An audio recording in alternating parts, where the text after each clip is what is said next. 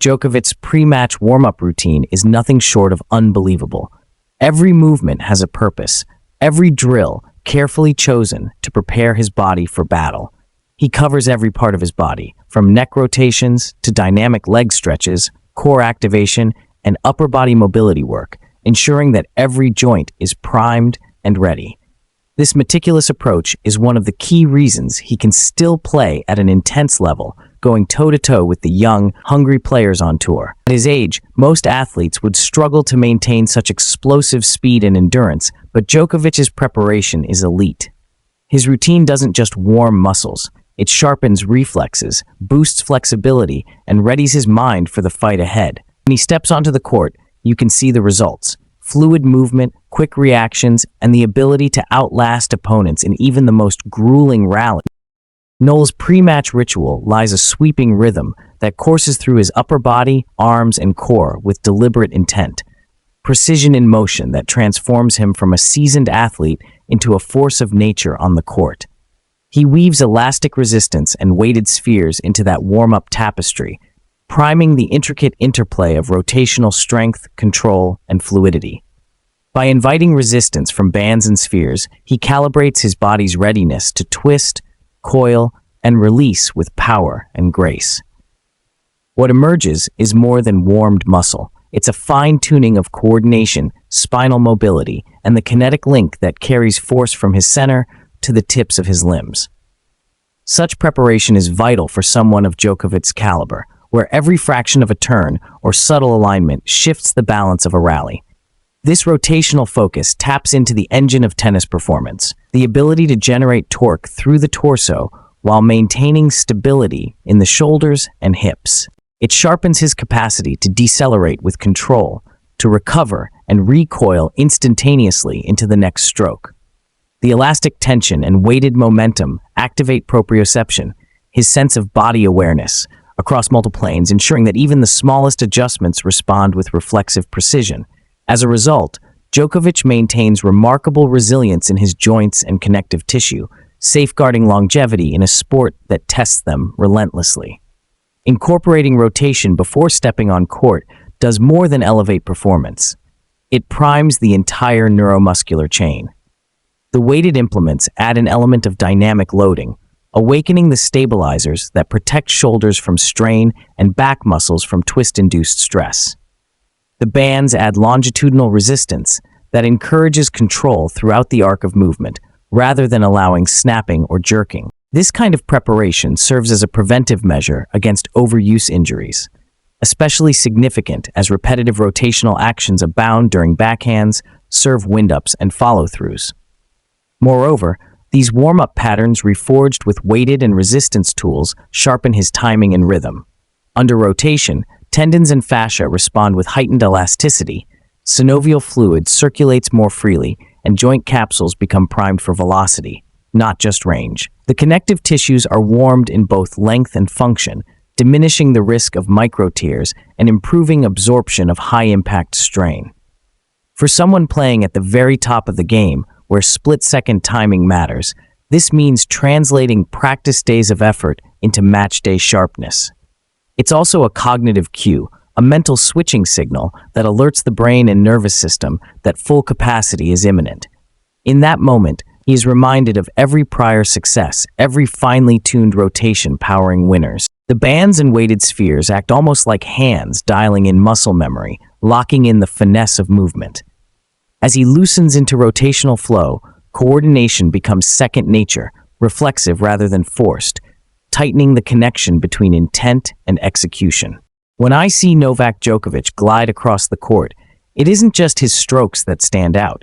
It's the silent poetry of motion, the way his feet whisper against the surface, and the fluid rhythm that underpins every stride.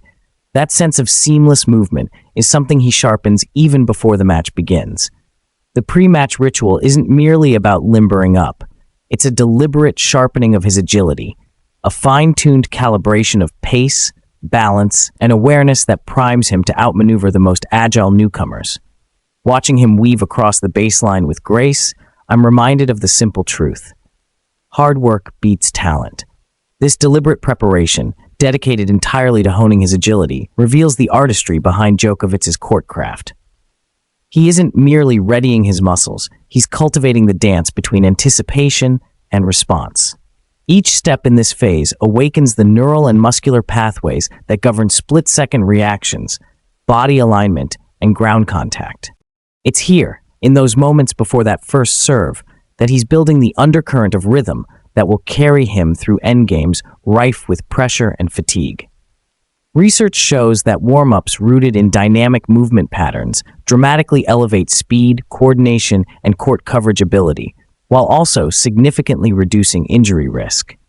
For Djokovic, who has built a career on retrieving seemingly unreachable balls, this meticulous attentiveness to footwork is non-negotiable.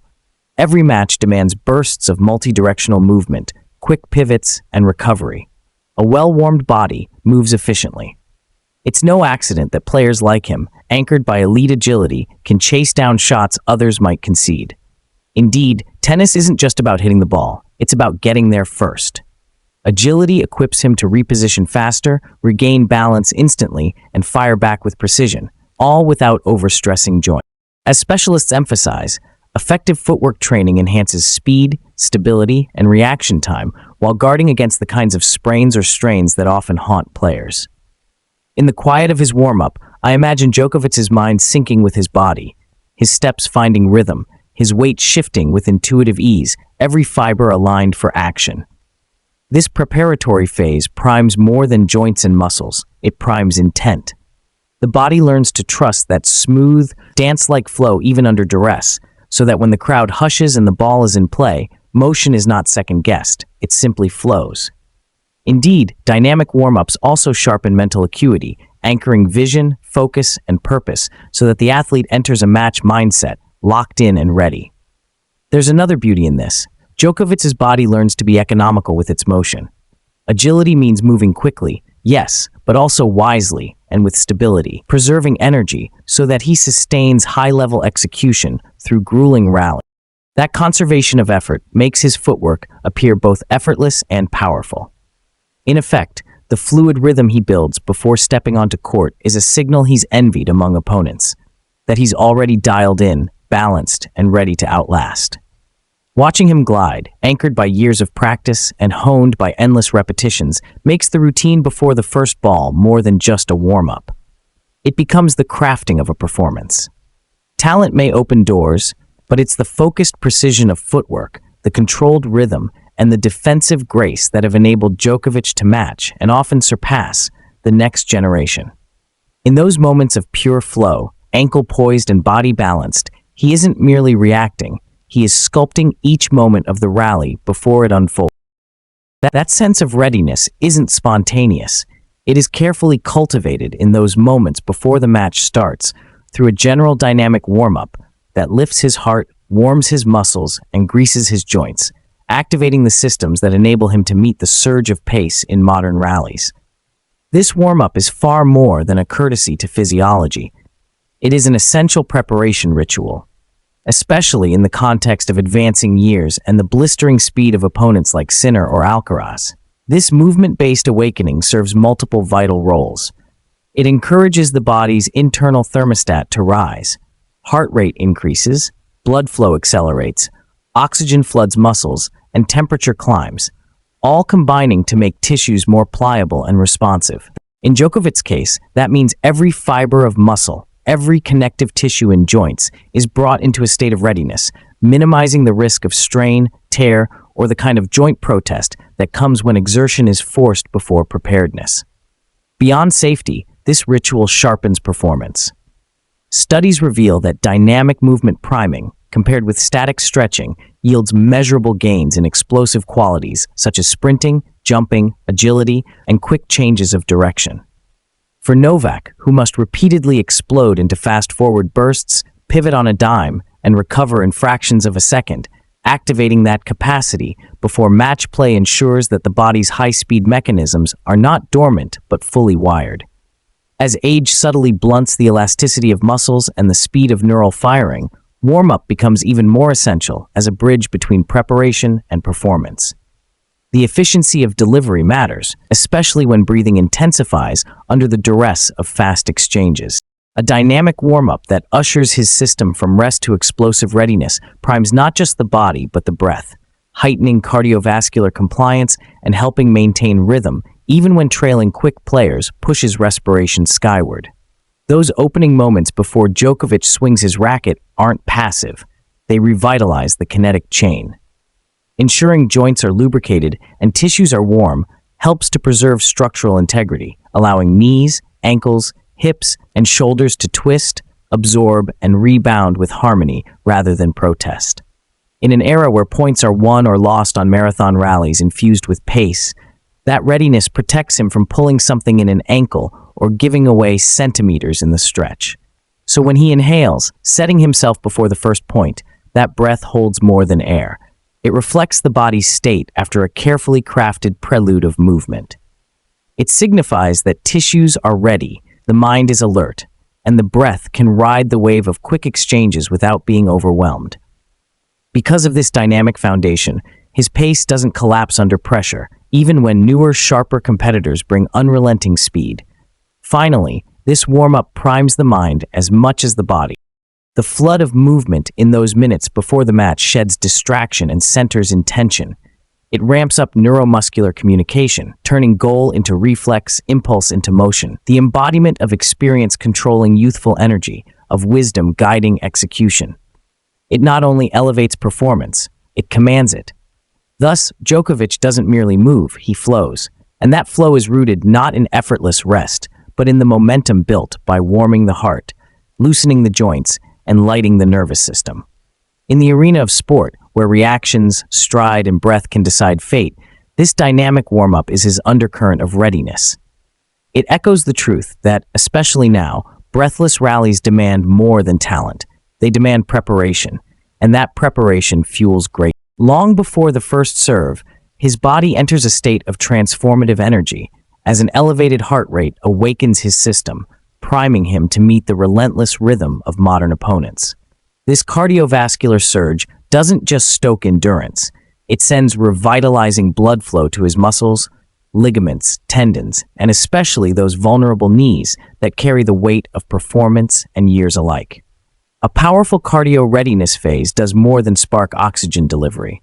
It initiates a protective choreography around the joints. Muscles, warmed and supple, cradle the knee, allowing it to absorb and redirect force with grace.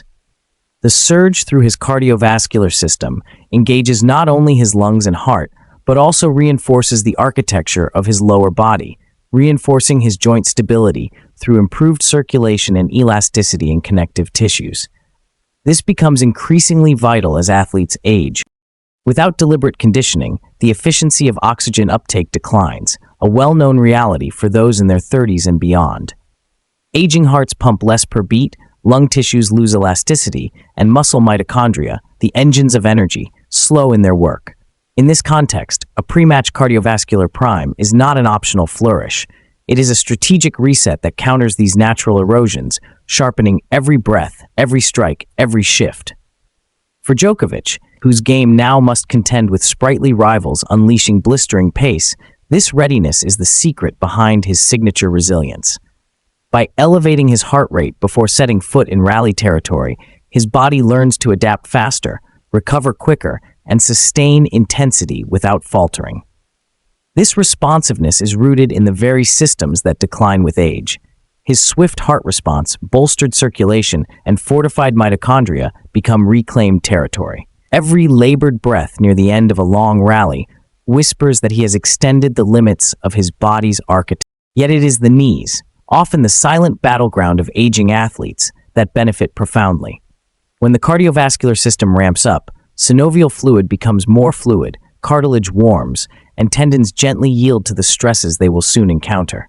This functional lubrication protects against strain when quick changes of direction, sudden stops, and explosive lunges become unavoidable. The result is a body that can still dart, slide, and recover with unfaltering precision. Moreover, the heart's efficiency in responding and rebounding to exertion, the speed at which it accelerates and then decelerates, is critically enhanced by cardiovascular conditioning. Without this, even routine exchanges can feel like uphill battles. With it, Djokovic enters matches oxygenated and alert, breathing within the flow rather than gasping to stay afloat. This level of preparedness is both physiological and psychological, signifying that he has anchored his readiness not just in power, but in endurance itself.